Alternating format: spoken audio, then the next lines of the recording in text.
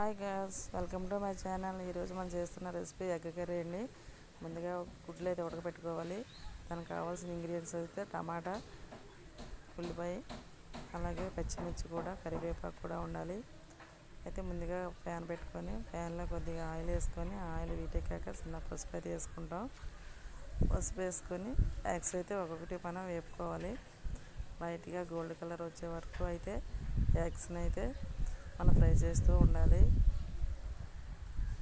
ఎగ్స్తో పాటు నేను బంగాళదుంప కూడా వేసుకున్నాను ఫ్రెండ్స్, కాంబినేషన్ బాగుంటుందని చెప్పేసి బంగాళదుంపను అయితే నేను ఉడికించుకొని ముందుగానే పెట్టుకున్నాను. అలాగే ఎగ్స్ అయితే వేపుతున్నాను చూడండి. వీడియోలో వేగేటట్టుగా మీరు కూడా గోల్డ్ కలర్ వచ్చే వరకు లైట్గా అయితే వేపుకోవాలి. అవి ఫ్రై అయ్యాక తీసుకొని మన ప్లేట్లో అయితే సపరేట్గా అయితే పెట్టుకోవాలి. చూడండి ఫ్రెండ్స్, అవైతే మనం తీసుకొని సపరేట్గా అయితే పెట్టుకోవాలి. ఇంకా ఉన్న ఎగ్స్ అయితే మళ్ళీ అన్నీ ఒక్కొక్కటిగా వేపుకోవాలి.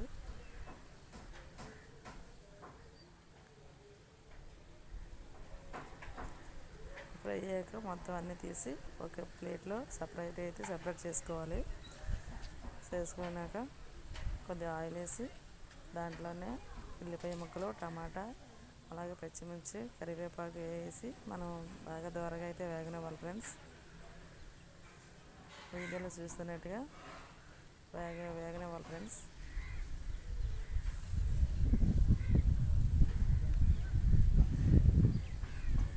బాగా వేగినాకైతే మనం ముందుగా ఉడికించుకున్న బంగాళదుంపల ముక్కలు కూడా ఫ్రైలో కూడా వేయాలి. వేసి బాగా వేపుకొని దోరగా కూడా వేగనివ్వాలి. అవి కూడా బాగా వేగినాక తగినట్టుగా మనం దాంట్లో కొంచెం సాల్ట్ అయితే యాడ్ చేసుకోవాలి. సాల్ట్ వేసుకోవాలి. మనకు దానికి సరిపడేంత సాల్ట్ అయితే మనం వేసుకోవాలి ఫ్రెండ్స్. మనం ఎంత క్వాలిటీ కూర అయితే వంట చేస్తున్నామో దానికి తగ్గట్టుగా మనం కారం కూడా యాడ్ చేసుకోవాలి. బాగా కలుపుకొని వాటర్ని అయితే మనం దాంట్లో యాడ్ చేసుకోవాలి. వాటర్ వేసాక ఒక్కొక్క ఎగ్ మనం వేగినవి దాంట్లో అయితే మనం వేసుకోవాలి ఫ్రెండ్స్. వేసుకొని బాగా కలుపుకోవాలి. తర్వాత కొద్దిగా చింతపండు రసం అయితే వేసుకోవాలి.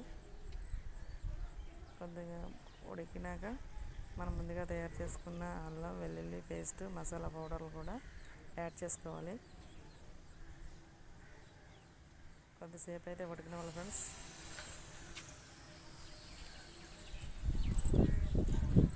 వీడియోలో చూపించిన విధంగా ఒక 5-10 నిమిషాలు అయితే కొద్దిగా లైట్గా ఉడకనివ్వాలి. కూర అయితే కొద్ది దగ్గరికి వచ్చే వరకు కూడా ఉడకనివ్వాలి ఫ్రెండ్స్.